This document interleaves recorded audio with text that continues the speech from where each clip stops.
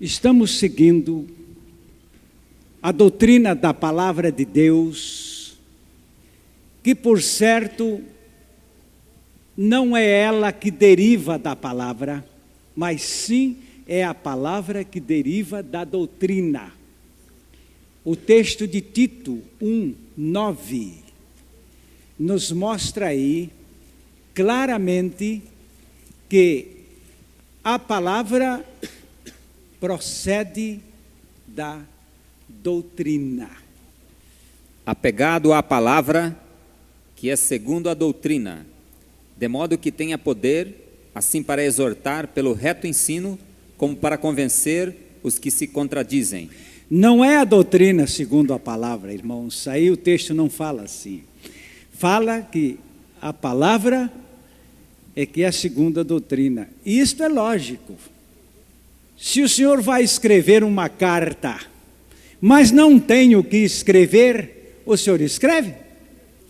A senhora vai escrever um bilhete, mas não tem o que dizer nesse bilhete, a senhora vai escrever o quê? Então a doutrina é este assunto que já preexistia até mesmo antes da palavra ser escrita. Quando Deus inspirou homens para escreverem a palavra, eles já tinham o que dizer, isto já estava no seu coração eternamente preparado para ser dito. Isso se chama doutrina. E a palavra então é segundo a doutrina. Quando falamos em doutrina, nós estamos entendendo aquilo que está no coração de Deus para ser transmitido pelo canal da palavra ao nosso coração e ao mundo e através de nós.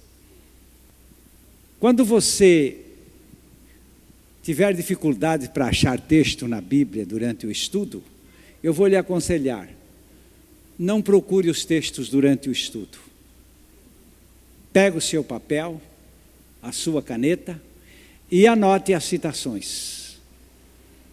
Porque se você for correr atrás do texto e não achar, você perde a leitura e você perde o estudo. Então, quando se citar o texto, vai haver mesmo uma leitura do texto e você anote para a sua conferência e deixe então a sua Bíblia, uma vez que você tenha dificuldade de localizar o texto para acompanhar durante a leitura. E agora, então, o assunto que abordamos ontem é um dos ultimatos da palavra de Deus proferido por Jesus. Quando Jesus declarou: se alguém, aquele que não se arrepender, perece. Ele disse: se vós não vos arrependerdes, todos de igual modo perecereis. Isto foi o texto de Lucas 13, verso 5, ontem, mostrando-nos que este arrependimento é a mudança interior, é a mudança da mente, é a mudança do sentimento, é a mudança da emoção, é a mudança de tudo na experiência da pessoa. Mas hoje estamos na sequência doutrinária da palavra, segundo o propósito de Deus, no capítulo 26 de Atos. Esta passagem eu lerei desde o versículo 13 até o versículo 18. Atos 26, de 13 a 18. Paulo está contando a experiência da sua conversão ao rei Agripa. Ele está perante uma audiência real com o governador, e ele está ali dando atenção ao que Paulo dizia. E ao meio-dia, vem contando Paulo: ó rei, vi no caminho uma luz do céu, que excedia o esplendor do sol, cuja claridade me envolveu a mim e aos que iam comigo. E caindo nós todos por terra, ouvi uma voz que me falava em língua hebraica e dizia: Saulo, Saulo, por que me persegues? Dura coisa te é recalcitrar contra os aguilhões. Disse eu: quem és, Senhor? E ele respondeu: eu sou Jesus a quem tu persegues.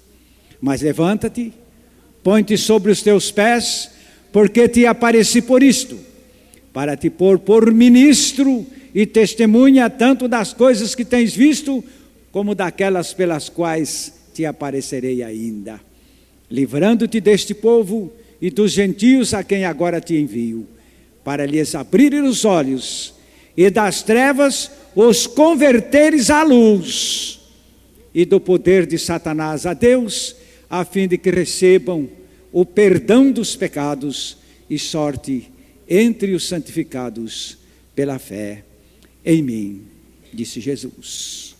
Eis aqui, Senhor, a tua palavra, e o teu Espírito que desempenha um ministério glorioso de trazer-nos a revelação desta palavra, para que sejamos firmados na tua verdade. Vem fazer esta obra entre nós, vem fazê-la, Senhor, porque é para a glória de Deus Pai, em nome de Jesus. Amém. Amém. A palavra conversão. Você leu no versículo 26, capítulo 26, versículo 18, dizendo: para lhes abrir os olhos e das trevas os converteres. A conversão é um fruto do esclarecimento. Eu sei que uma pessoa está lá numa igreja e ela resolve passar para outra e chama isso de conversão. Indivíduos que adotam um sistema doutrinário segundo uma corrente, mas daqui a pouco enjoa disto e agarra outro, chama isso de conversão. Mas no sentido bíblico, a palavra converter, ela se expressa por este termo strefo. Strefo significa voltar, tornar, mudar. Mas a palavra completa é epistrefo. E o termo, a preposição epi, colocada aqui, para indicar acima, em estado ou em condição superior, ou então para o sublime. É mudar do vil para o excelente. É o sentido da palavra converter. Mudar de igreja e não ter a vida mudada desta maneira como esta palavra expressa-se, é banal, não tem sentido. Conta-se que um certo homem era um mau vizinho e vivia a pregar peças no seu bom vizinho, lá na divisa do outro sítio. E um dia este homem quis fazer o maior dos males, porque ele sabia que o vizinho tinha uma casa bonita, a esposa era muito zelosa, muito caprichosa, estou me lembrando da minha, muito zelosa, não gostava nem que a gente entrasse dentro de casa com os sapatos. E ele descobriu que seria uma ótima oportunidade de fazer um dos maiores males ao seu vizinho. Foi lá no chiqueiro e apanhou 20 litros de lama e esperou uma oportunidade que desse bem certo. Logo pela manhã, quando a senhora abriu a janela da sala e abriu os demais luzes da casa, e ele foi lá com aquele balde de lama, sorrateiramente, e entornou tudo aquilo lá dentro da sala de visitas, e saiu pé ante pé, e fugiu, e de lá ficou esperando a hora dos protestos.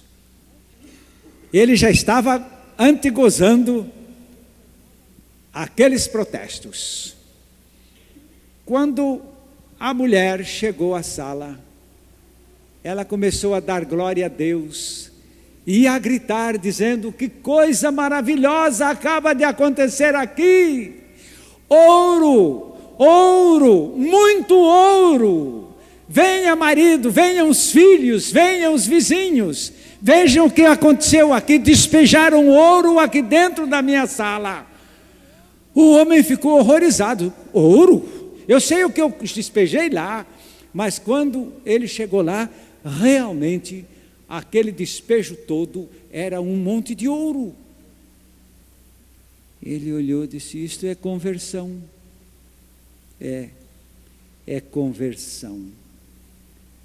Esta lenda consta de que quando somos injuriados, perseguidos e enlameados, o Senhor Jesus disse: alegrai-vos, porque isto será transformado em grandes galardões para vós nos céus. Olha, irmãos, é mais do que ouro isso aí. É bem mais. Mas é exatamente o conceito de conversão, essa transformação de uma coisa vil numa coisa sublime. Nós temos agora aquela ideia maravilhosa da Bíblia que Deus fez tudo perfeito e criou um homem santo. Criou um homem santo. Mas o diabo veio com a sua tentação, levou o homem à desobediência e ele se tornou pervertido, se tornou perverso. E a palavra perverso tornou-se o estado normal de cada pessoa. Agora, o plano de restauração do perverso é exatamente convertê-lo. Deus disse: eu o coloquei assim. O diabo veio e derrubou, fez cair para lá. Então eu agora venho convertê-lo, a palavra convertê-lo, venho restaurá-lo de novo à posição onde estava. Mas, no texto do capítulo 10 de 2 aos Coríntios, versículos 4 e 5, a palavra ali nos mostra que é o plano de Deus, o que Ele quer do homem. Para que converter? Afinal, onde está o estado do relacionamento normal entre o homem e Deus? Porque as armas da nossa milícia não são carnais, e sim poderosas em Deus para destruir fortalezas, anulando sofismas, e toda altivez que se levante contra o conhecimento de Deus, levando cativo todo o pensamento à obediência de Cristo. O que nós vimos aqui é que todo este poder de Deus está regimentado com a finalidade de levar o homem cativo à obediência de Cristo. Você sabe o que é isto? É a palavra obediência. Uma das definições mais comuns, mais simples, mais certas que se pode dar do pecado é a palavra desobediência. Pecado é desobediência. Salvar o homem do pecado é convertê-lo de desobediente para obediente, de desobediência para a obediência. O Senhor Jesus, no capítulo 18 de Mateus, nós temos aí os versículos 1 até o 3, onde ele foi interpelado pelos seus discípulos numa questão. E foi aí que Jesus abordou a conversão. Naquela hora, aproximaram-se de Jesus os discípulos, perguntando: quem é porventura o maior no reino dos céus? E Jesus, chamando a criança, colocou-a no meio deles e disse: Em verdade vos digo que, se não vos converterdes e não vos tornardes como crianças, de modo algum entrareis no reino dos céus. Se não arrepender, se perde. E se não se converter, não entra no céu. É a mesma coisa. Mas agora aqui, vimos que o que levou Jesus a propor esta verdade da conversão foi a atitude dos apóstolos. Megalomania. Nós ainda não sabemos quem de nós será o maior. E a megalomania é produto direto do egoísmo. O indivíduo egoísta. Ele se considera único existente na face da terra. Ele se considera o centro de si mesmo e do mundo. E vieram então perguntar a Jesus: quem será o maior? E a resposta de Jesus é esta: quando você for verdadeiramente convertido, você vai descobrir que o importante não é ser o maior, é o ser humilde. E disse humilde como uma criança. Você sabe que criança não exibe o espírito de domínio, de predomínio e de grandeza. A criança se considera menor. E Jesus então chamou a atenção para esta palavra humildade, que caracteriza muito a criança. E o que Jesus então quer é esta conversão, que o indivíduo seja levado da sua megalomania, do seu egoísmo, do seu egocentrismo, para a humildade. E dentro desta humildade, ele se torna fácil para a vida de obediência, para a conduta da obediência. A obediência é um produto direto da humildade.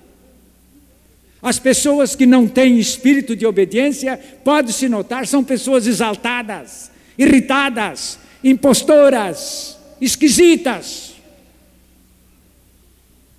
Pois sem humildade não haverá obediência. E obediência muitas vezes humilhada não é obediência, porque se alguém obedece contrariado, não está obedecendo.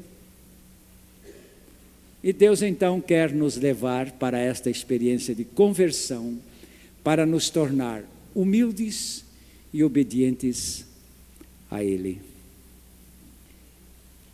E esta é a proposta que menos agrada um ímpio, a palavra ímpio aqui.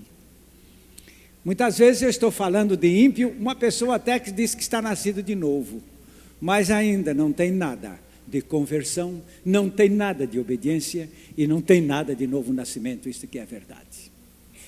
Tem presunção, tem suposição. Eu me lembro que na minha impiedade, se alguém dissesse que eu não era nascido de novo, eu era capaz até de bater na pessoa que não acreditasse no meu novo nascimento. Mas vejam com que humildade eu confessava a minha experiência. Mas no dia que descobri que esta morte em Cristo acaba com esta grandeza oca e banal e sem sentido, e que esta morte em Cristo nos leva para uma área de humildade, e esta humildade realmente é o nosso lugar, é o nosso prazer e a nossa felicidade, porque podemos entrar na fase da obediência com alegria, com prazer. E agora continuemos falando desta palavra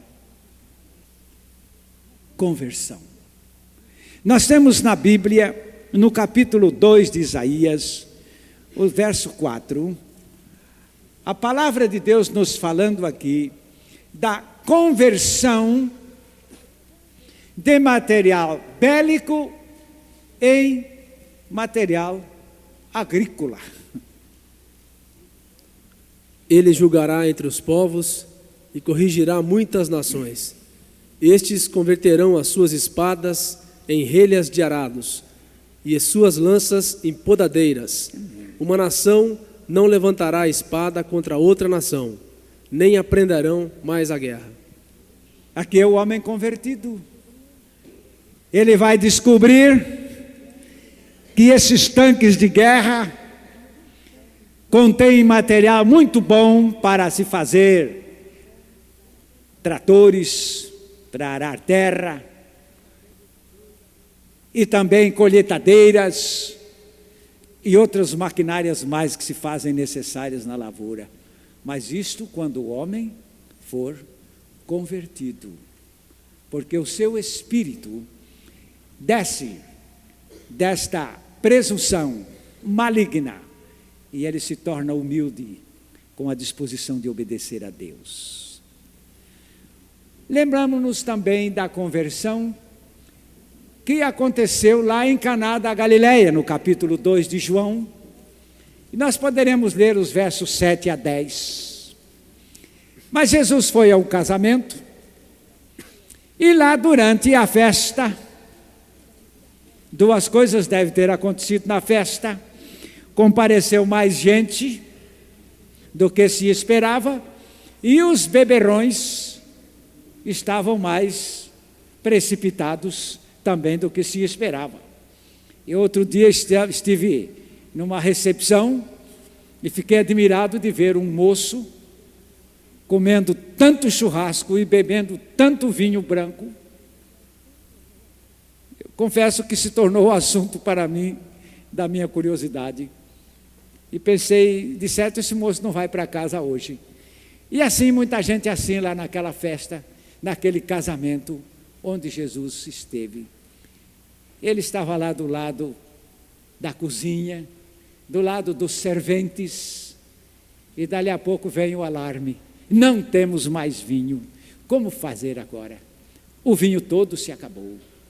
Aí foi que Jesus mandou que esses serventes enchessem 6 talhas, e essas talhas comportariam uma média de 700 litros cada uma. De modo que íamos ter agora talhas cheias de água, porque eram para a purificação dos judeus. E aquilo foi transformado, como diz os versos 7 a 10 do capítulo 2 de João. Jesus lhes disse: enchei d'água as talhas, e eles as encheram totalmente. Então lhes determinou: tirai agora e levai ao mestre-sala. Eles o fizeram. Tendo o mestre-sala provado a água transformada em vinho, não sabendo de onde viera, se bem que o sabiam os serventes que haviam tirado a água, chamou o noivo. Ele disse: todos costumam pôr primeiro o bom vinho, e quando já beberam fartamente, servem o inferior. Tu, porém, guardaste o bom vinho até agora. Aqui está a ideia do que é converter. Converter é esta água se tornando vinho. Converter é esta coisa se tornando uma outra coisa muito diferente. De modo que esta adaptação evangélica que se tem criado hoje no meio evangélico tem sido uma coisa diabólica. A guisa de conversão. Isto nunca foi conversão. A conversão é a transformação real de uma vida. Transformação sensível. Transformação em que se pode perfeitamente palpar a diferença. Estou me lembrando daquele momento quando o povo lá na região de Gadara correu para a beira-mar, e lá encontrou-se aquele homem que era o terror de 10 cidades ali na província. ele era um louco, ele era um endemoniado, ele possuía uma legião de demônios no seu corpo. Era uma coisa horrorosa. E dali a pouco, quando chegaram ali, Jesus havia convertido aquele homem endemoniado numa criatura livre. E chegaram, viram Jesus em pé, e viram ali ao seu lado aquele homem, são e em perfeito juízo. É de assombrar esta obra que Deus realiza na conversão de uma pessoa. Na carta de Paulo aos Efésios, no capítulo 5, verso 8, fala aí a palavra de Deus sobre esta conversão, se ela é a sua experiência. Ela deve ter acontecido deste extremo ao outro, como está aí. Pois outrora ereis trevas, porém agora sois luz no Senhor. Andai como filhos da luz. Será que há alguma diferença entre a escuridão e a luz? Será que há mesmo uma transição entre as trevas e a luz? Esta diferença, diz aqui o texto, ereis trevas, mas agora sois luz no Senhor. O que eu era? O que eu sou? Melhorou não é conversão. Eu sei que ainda existe aquela ideia maligna, enganadora, de que você se batiza numa igreja e a sua vida vai melhorando. Você hoje se batiza como trevas. E naturalmente você vai crescer, porque se é trevas, vai crescer em quê? Deve crescer em mais trevas. É isto que tem acontecido com as igrejas, porque hoje o testemunho evangélico já não leva a diferença mais do testemunho do mundo. É de treva para treva e a coisa não tem mais luz. E então vem esse conselho diabólico dos pregadores. Os irmãos vão crescer, sabem? Os irmãos vão evoluir. Por enquanto são trevas, mas vão. É assim como a vereda do justo, que vai alumiando cada vez mais até se tornar dia perfeito. Mas aí não é vereda de justo, aí é vereda de ímpio que está nas trevas, e que não vai alumiar nunca, e que não vai crescer nunca, e que vai de mal a pior. E pior ainda, enganado. Não existe esta evolução. Existe uma conversão, em que uma pessoa é transformada. Eu sei que alguém vem logo fazer essa pergunta. É gradual ou imediata? É imediata. Não pode ser uma coisa diferente de ou trevas ou luz. Não existe esse meio treva, meio luz, meio treva. Existe uma conversão. É uma obra divina.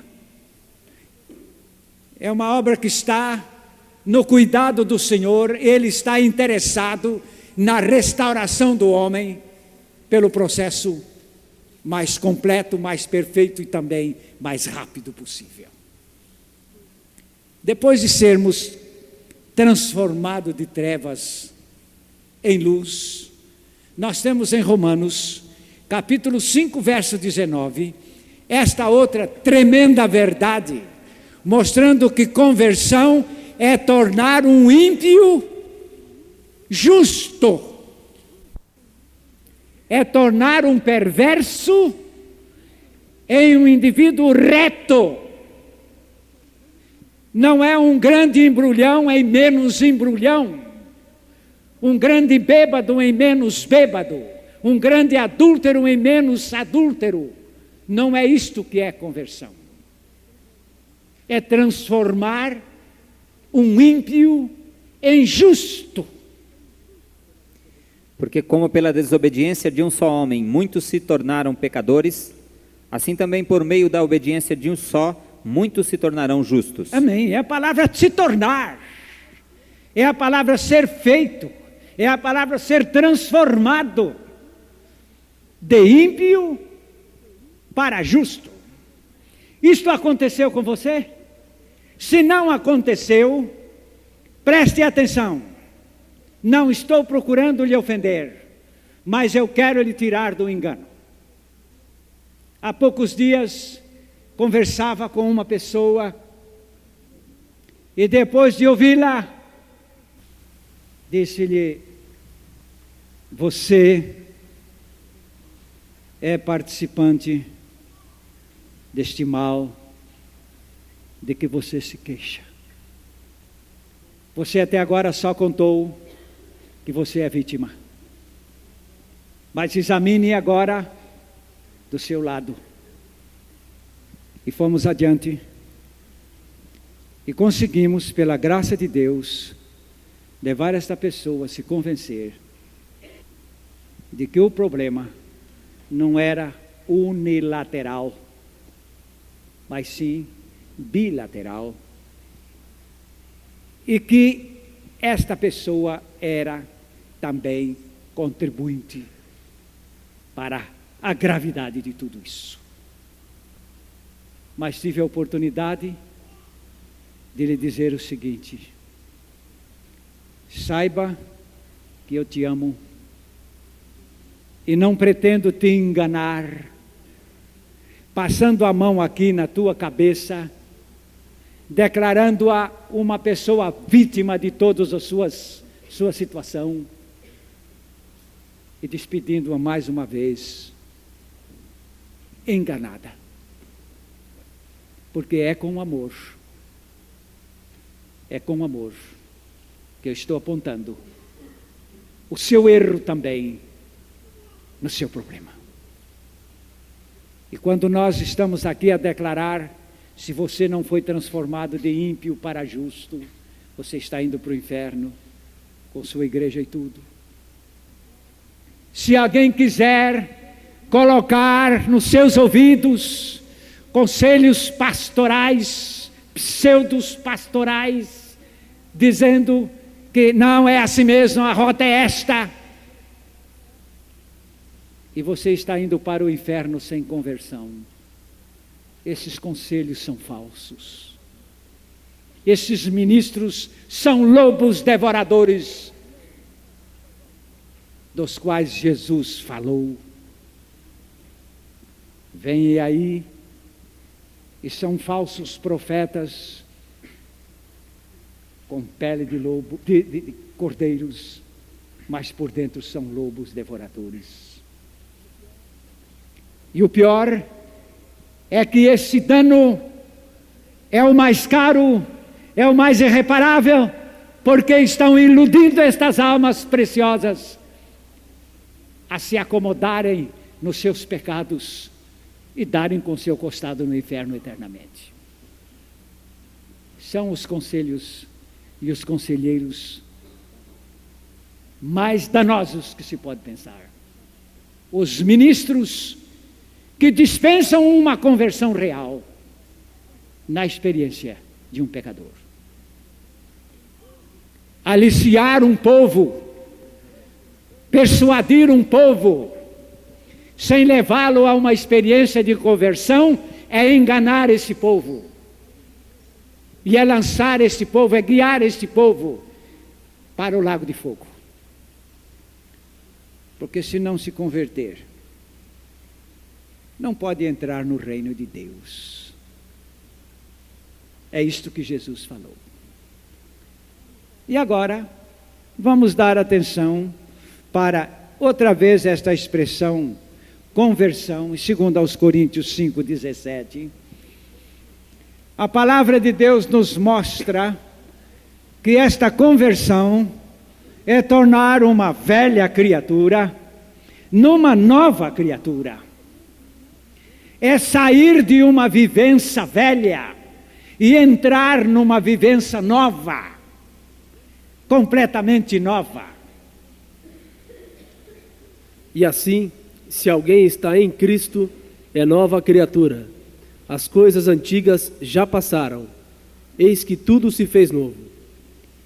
Graças a Deus que o estar em Cristo traz esta conversão. Tira-o de uma velha criatura e coloca-o em uma nova criatura. Isto aqui é conversão. Há pouco tempo, numa dessas cidades aí pelo Paraná, quando fazíamos um estudo, um pastor nos ouvia com muita atenção. Depois que ele ouviu falar dessa conversão profunda, real, total, ele ficou muito impressionado, ele anotou muitas coisas. Depois ele veio me contar uma experiência. Ele disse: eu sei de um pastor que se achava no púlpito da igreja, contando a experiência de um dos seus evangelistas. O evangelista da igreja foi pregar no ar livre. E enquanto pregava, levantaram-se alguns arruaceiros, desordeiros, e primeiro começaram com galhofas contra o pregador e a pregação, mas finalmente acabaram dando-lhe alguns empurrões e até alguns bofetões, e o pregador saiu dali muito humilhado, mas dando glória a Deus. Agora, os senhores escutem o resto. Aquele pastor disse: eu sou convertido, mas eu não aguentaria isto que o irmão fulano suportou, porque aqui dentro ainda tem um homem que não aguenta isso. É mentira que é convertido. Esse homem que está aí no seu interior prova que não é convertido. E não importa ser pastor, porque tenho encontrado este velho homem, esta velha natureza, esta velha vida dentro destas pessoas que não são transformadas, que não são convertidas e que, portanto, não têm estabilidade dentro de si, nem condições para servir a outros. Lembro-me de um pastor, um moço lá em Rondônia. Ele fez o curso de seminário e pegou lá o seu diploma, bacharel em teologia. Foi uma festa, mas dali uns dias, quando o ministério lhe foi designar uma igreja, este moço disse: eu não posso aceitar uma igreja. Mas como? Você é pastor formado, você tem o seu curso de seminário. Não posso aceitar uma igreja. Não é para ser pastor? É. Não é para conduzir uma igreja? É. Se eu não posso ser pastor, eu não sei nem para onde ir, quanto menos guiar os outros. Eu não sei onde estou, eu não conheço em mim uma experiência segura, eu não tenho em mim uma conversão. Vou guiar a quem? Para onde? E como? Por respeito ao ministério, não me fazendo um profissional de ministério, rejeito-o, porque considero que isto é coisa séria. Hoje ele está nascido de novo.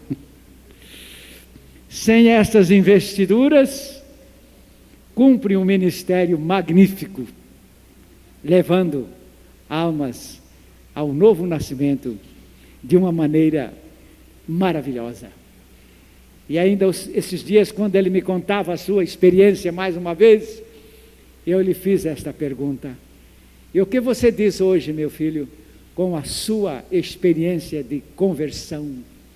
Ele disse: agora, pastor, eu sei onde estou, sei para onde vou, e sei também agora orientar aqueles que precisam dessa verdade. Digo graças a Deus. É uma pessoa convertida que tem condição também de ajudar a outros. Agora, esta palavra conversão vem pelo ouvir a palavra de Deus.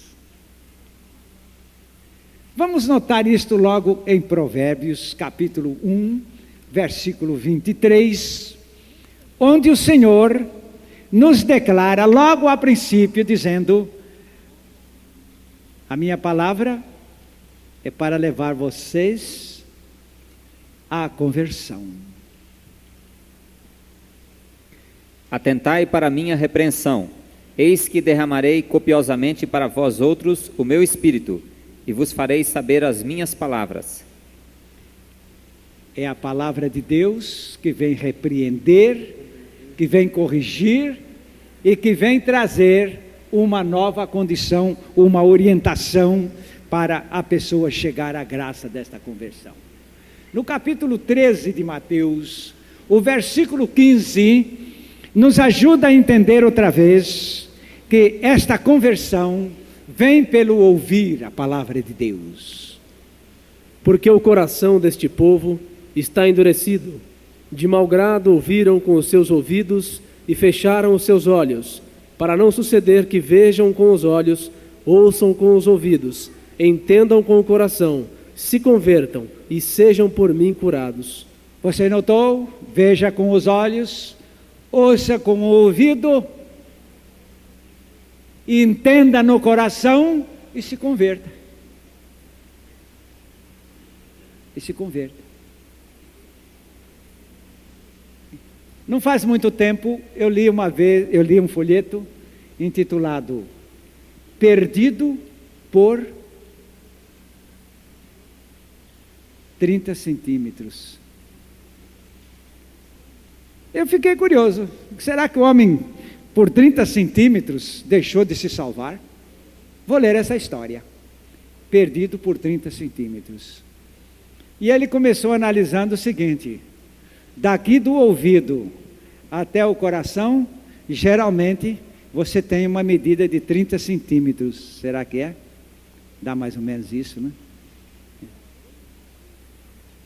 É alguém que ouviu, mas que não deixou a palavra descer ao seu coração e não se converteu. Ele está mostrando aqui que a pessoa ouve,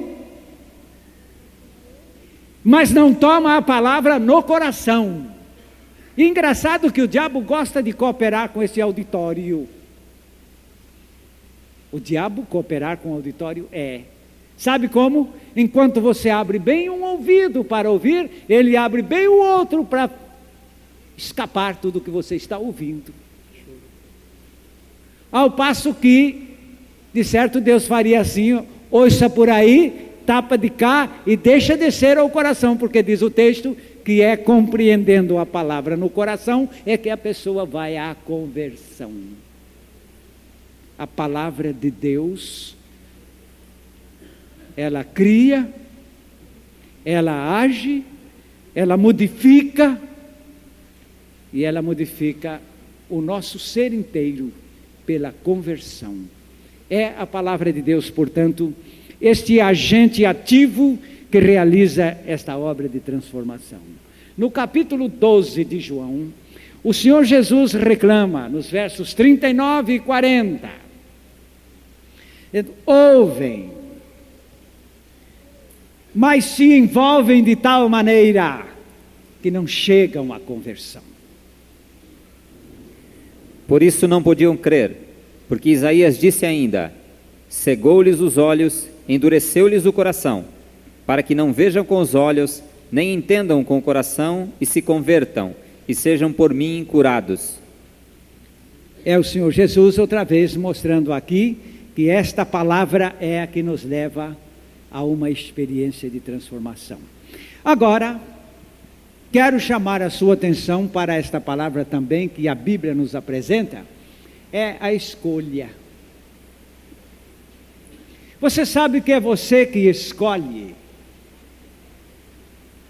É você que escolhe. Eu escolhi assim. Quantas vezes eu abri a Bíblia para escolher o que eu queria ler.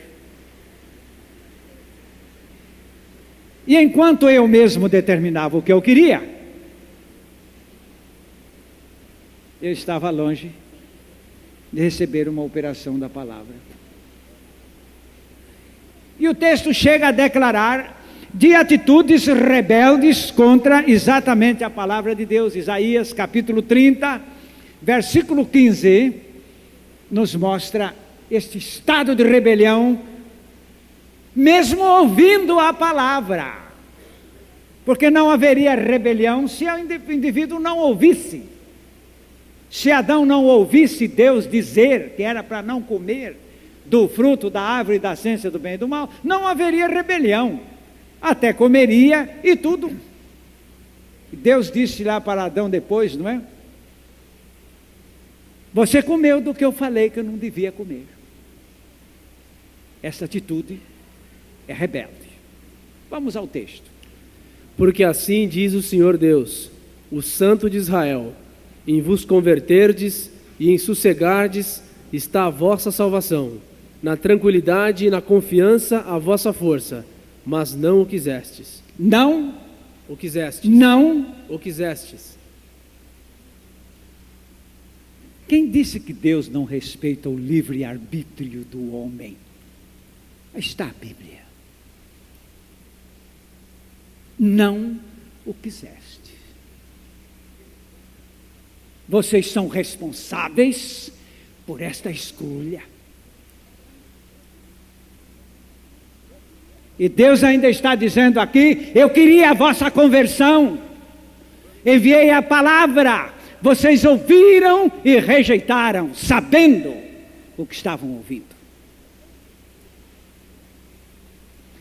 Em Jeremias, capítulo 25, os versos 4 e 5, outra vez Deus reclama desse estado rebelde do ímpio que ouve, sabe que Deus o intima a esta conversão, sabe que é a sua necessidade e se opõe. Também, começando de madrugada, vos enviou o Senhor todos os seus servos, os profetas, mas vós não os escutastes, nem inclinastes os vossos ouvidos para ouvir, quando diziam: convertei-vos agora, cada um do seu mau caminho, e da maldade das ações, e habitai na terra que o Senhor vos deu, e a vossos pais, desde os tempos antigos e para sempre. Deus está aqui mostrando a sua insistência, diz aqui, mandando os profetas de madrugada levarem esta intimação para que este povo se converta. Mas a rebelião continua, porque o indivíduo ouve e não vem a aceitar isto no seu coração. Nega-se a este fato. Em Mateus 23, verso 37, o Senhor Jesus reclama com lágrimas, chorando. Jesus não era muito chorão como Jeremias, não. Mas nas horas sérias, ele chorava mesmo. Jerusalém, Jerusalém, que matas os profetas e apedrejas os que te foram enviados. Quantas vezes quis eu reunir os teus filhos, como a galinha junta os seus pintinhos debaixo das asas, e vós não o quisestes. Não quisestes. Não quisestes. A responsabilidade fica em cima daquele que rejeita a conversão. Ninguém aqui vai para o inferno porque Deus não o quis levar ao céu. E ninguém aqui vai para o céu porque Deus quis levá-lo para o céu. Vai porque Deus quis, trouxe a palavra, e aquele que aceitou esta palavra do ouvido para o coração foi convertido, foi ao céu. E aquele que se negou a aprofundar-se nesta palavra e a recebê-la numa experiência de conversão, seguramente não se salva. Mas Deus continua dizendo: a responsabilidade é sua. Não quisestes. Agora a última palavra nesse sentido é que o perdão de Deus, meus amados, o perdão de Deus só é concedido à pessoa convertida. Eu não sei se você já pensou nisto. Vamos dizer, vocês dois que brigam muito lá em casa, né? Marido e mulher, mulher com marido. E cada dia umas 3 brigas, uma de manhã, outra meio-dia, outra à tarde. Às vezes dá umas 4, porque ainda antes de dormir ainda pega mais uma. Então a gente acaba de fazer a briga e vai dizer para Deus: oh Deus, perdoa, né? Perdoa, perdoa, perdoa. Mas daqui a pouco já vem a outra peça, lá vem a nova contenda. Depois corre-se a Deus outra vez: perdoa, perdoa, perdoa. Você sabe que o perdão de Deus ficou sendo uma brincadeira. Você sabe que Deus não perdoou nem da primeira vez, nem da primeira. Sabe por quê? Porque esta repetição mostra que não está havendo conversão. Deus perdoa o pecador no ato da conversão. Você veja aqui Atos 3,19. Eu não estou inventando o que estou dizendo. É a palavra de Deus que nos está doutrinando assim, e esta é a atitude de Deus para com o homem. Se o homem não vier com atitude de conversão, não interessa, não adianta, não convém perdoar, não vale nada perdoar. Porque acaba de perdoar aqui, continua no pecado ali. Por isso a conversão é um cessar, e daí o perdão funciona. Como diz o texto: arrependei-vos, pois, e convertei-vos para serem cancelados os vossos pecados. Cancelados, eu gostei da palavra, cancelados, é a palavra perdoadas, perdoadas, para que sejam perdoados os vossos pecados. Ele colocou aqui: arrependei-vos, pois, e convertei-vos, porque sem esta conversão, não é que Deus não perdoa, é que esse perdão não adianta nada. No capítulo 18 de Jeremias, versículos 7 e 8, Jeremias 18, 7 e 8.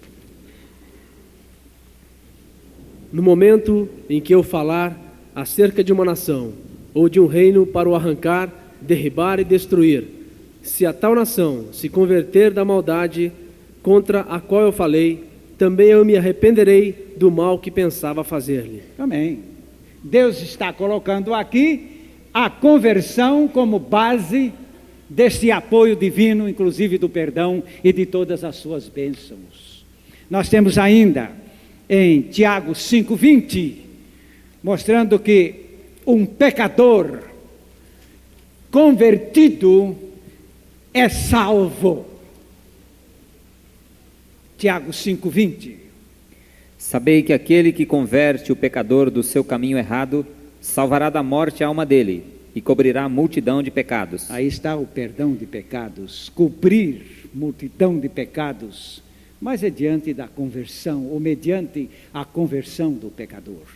E finalmente, só o Senhor pode converter uma pessoa. Foi assim que eu fui convertido. Foi olhando bem para o texto de Atos, capítulo 11, o versículo 21, porque nesse dia eu pude confiar na mão do Senhor. A mão do Senhor estava com eles, e muitos, crendo, se converteram ao Senhor. Amém. Amém. Não eram apenas crentes agora, eram convertidos. Mas vemos aí, do início desse versículo, que a mão do Senhor é que fazia isto e que faz isto. Se esta mão não entrar em ação, a mão divina, a mão do Senhor, o pecador não será convertido. Então, Senhor, estende a tua mão sobre mim, converte-me. Eu sei que eu não posso me converter, eu não posso arranjar uma igreja que me converta, eu não posso conseguir uma oração que me converta, eu não posso conseguir nada, mas estende a tua mão, Senhor, e me converta por misericórdia. Eu estou me lembrando de Ezequiel 33:11. E será que Deus tem interesse em converter a gente? Não será que Ele queira converter alguns, os mais bonitos talvez, ou os mais gordos, ou os mais ricos? Dize-lhes: tão certo como eu vivo, diz o Senhor Deus, não tenho prazer na morte do perverso, mas em que o perverso se converta do seu caminho e viva. Convertei-vos, convertei-vos dos vossos maus caminhos, pois, porque haveis de morrer, ó casa de Israel. É verdade. O Senhor quer a conversão de todos os ímpios. E se você não tem esta conversão, confesse a Deus: Senhor, eu sou uma pessoa ímpia. Põe a tua mão sobre mim. Transforma-me, converte-me, faça esta obra. Eu tenho certeza que o Senhor virá ao seu encontro. Vamos orar? Cada pessoa neste momento curve a sua cabeça diante do Senhor, dizendo: Deus, eu quero esta conversão profunda. Senhor, eu quero esta conversão plena. Senhor, eu preciso que a tua mão venha realizar esta obra total em mim. Converte-me, Senhor. Converte-me, Senhor. Amém, Senhor. Amém. A mensagem que você acabou de assistir faz parte do Ministério de Comunicação Palavra da Cruz. Temos um grande acervo de estudos bíblicos em áudio e vídeo. Distribuímos também gratuitamente o jornal mensal Palavra da Cruz. Entre em contato conosco pelo fone 0 operadora 43 3372 8900 ou pelo e-mail livraria@piblondrina.com.br. Visite-nos pelo site www.livrariapiblondrina.com.br ou acesse www.piblondrina.com.br. Graça e paz.